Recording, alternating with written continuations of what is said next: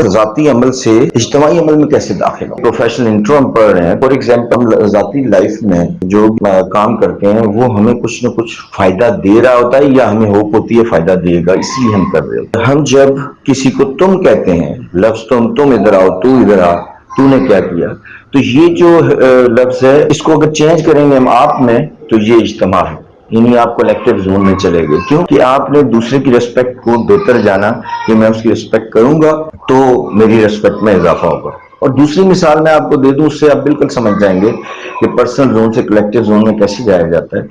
وہ یہ ہے کہ آپ ٹافی کا ریپر لے لیں، 5 روپے کی ٹافی ہے، 10 روپے کی ٹافی ہے، وہ آپ نے جیب میں رکھی ہوئی ہے، ٹیبل پہ رکھی ہوئی، کسی چیز پہ رکھی ہوئی ہے.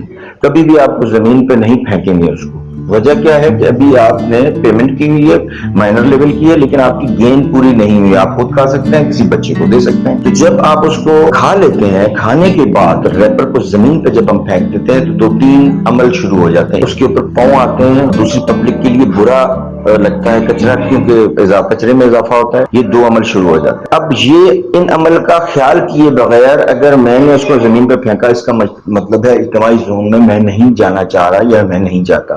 جہاں تک میری پرسنل غرض تھی میں نے کھایا، اس کے بعد مجھے ریپر سے کوئی غرض نہیں ہے. مجھے نہیں پتا ریفارم ہو سکتا ہے، مجھے نہیں پتا گندگی پھیل سکتی ہے، مجھے نہیں پتا اس نے پیر میں آنا ہے.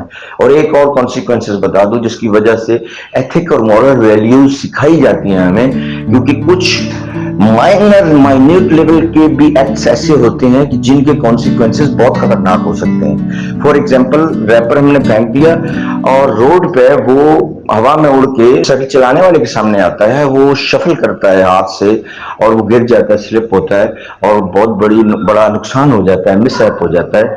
تو یہ وہ ایکٹ ہوگا کہ ریئلائز بھی نہیں ہوگا کرنے والے کو. اس لیے ایتھکس اور مورل سکھائے گئے ہیں کہ آپ نے کیا کرنا ہے کہ اس ریپر کو ڈسٹ بن نہیں پھینکنا ہے. ڈسٹ بن نہیں اویلیبل تو آپ جیب میں دوبارہ رکھ لیں.